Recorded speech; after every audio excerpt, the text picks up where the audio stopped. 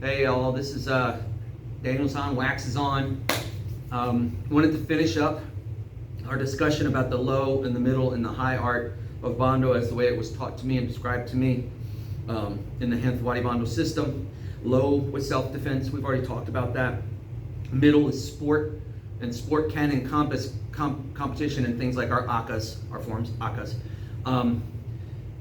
But the akas and the study of the akas, besides the practical aspects of akas, which we can talk about later, that's probably a video all by itself, is the high art, which is self-actualization. Okay, we can talk about Maslow's hierarchy of needs all day long. If you keep it simple, you're usually going to be correct in what you're talking about. If you want to get real deep into it, please take a semester-long class on Maslow's hierarchy of needs like I did, but I am not going to bore you with that. The point is, if all your other needs are met, you can reach the peak of the pyramid, which is self-actualization, but it takes work. Okay? It takes work to reach that, and I put it in quotes, enlightenment. Enlightenment means a lot of different things to different people, but the high arts pursuit is self-perfection. The end. Self-perfection. Can't attain it?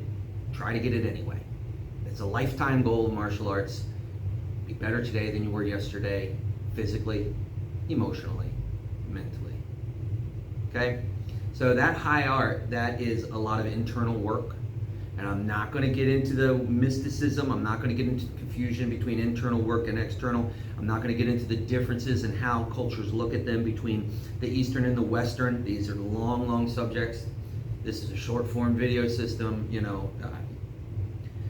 But the high art, the ultimate expression, is mastery of your body, mastery of your mind, and mastery of your spirit. And the things we preach about martial arts, focus, discipline, respect, right?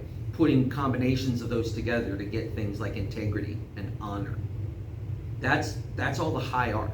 That's the high art. That's why in sport-based gyms, not schools, you very often don't see a lot of that.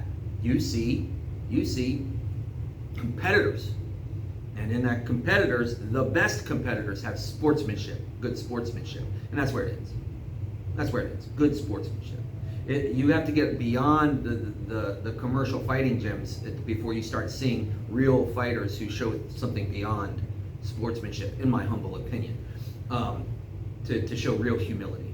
You know, we don't reward athletes for humility in America at all. You know, the squeaky wheel gets the oil. You know, so how do we get there? Right? How do we get this enlightenment? How do we get this? This is a repetition, hard work, training inside your mind when you train. All the things that as we get higher in our belts, we start working on our students to do, paying attention to our body, paying attention to our own placement, self-correcting your form and akas, right? Perfection of technique, right? As we have discussed before, I don't believe, and my system doesn't put a heavy emphasis on perfection of technique for self-defense or even sport. We want them to be correct. We want them to be good. We want them to be powerful, and we want them to be fast. But the ultimate measure in self-defense and the ultimate measure in sport is, does it work against your opponent? That's it. The only opponent in the high art is yourself. So as you get higher and higher level, your margin of error gets smaller and smaller and smaller, and the changes and improvements get smaller and smaller and smaller. So in order to keep motivated and to keep going through it, you've got to have the focus and you've got to have the discipline, because discipline takes over when motivation fails. There are going to be times you are not motivated. That's when discipline has to kick in and go. Those are the things that develop the high art. Okay? And then, of course, you get older as a human being. So while you're perfecting your mind, body, and spirit, your emotional, your mental, and your physical health, your physical abilities are going to decline. One of the big things that people who don't want to talk about real sport and real self-defense want to ignore, like, oh, that 85-year-old master would kick that kid's butt. No, probably not. That kid is a professional UFC fighter. He's probably going to kick that 85-year-old's butt because physical ability declines. I'm 50 at the time of this filming. I'll be 51 in about 2 or 3 weeks. And,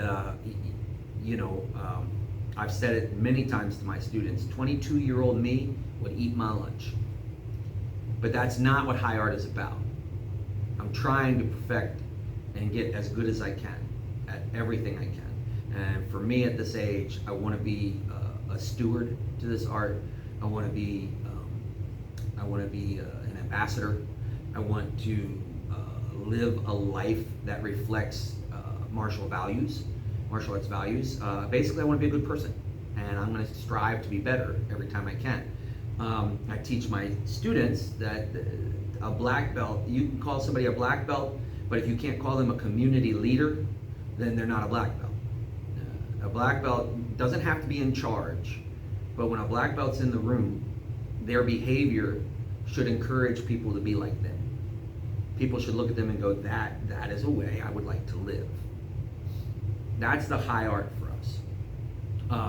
And so we really will spend a lot of time at the later stages of our life doing things in our martial art, like really focusing on the perfect stance, the perfect angle of the feet, the perfect chamber, right? The exact rotation at the exact correct time on a punch.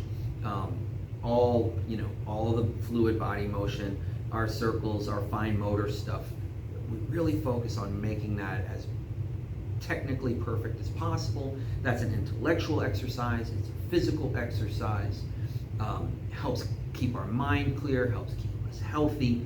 The high art also should help develop our character so that we're better people out in public, and like I said, and that's our goal in the high art. The high art is the highest expression of the martial arts.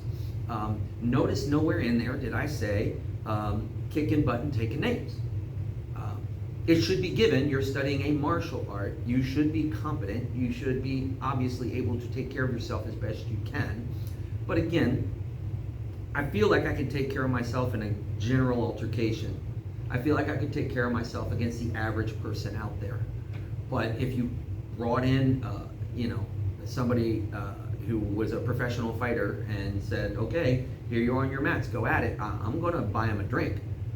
I'm not going to fight him, right? That's also part of my growth, because I used to fight anybody. And I don't think that's smart. So, yeah. So that's where I'm at, and that's where we're at with the high art.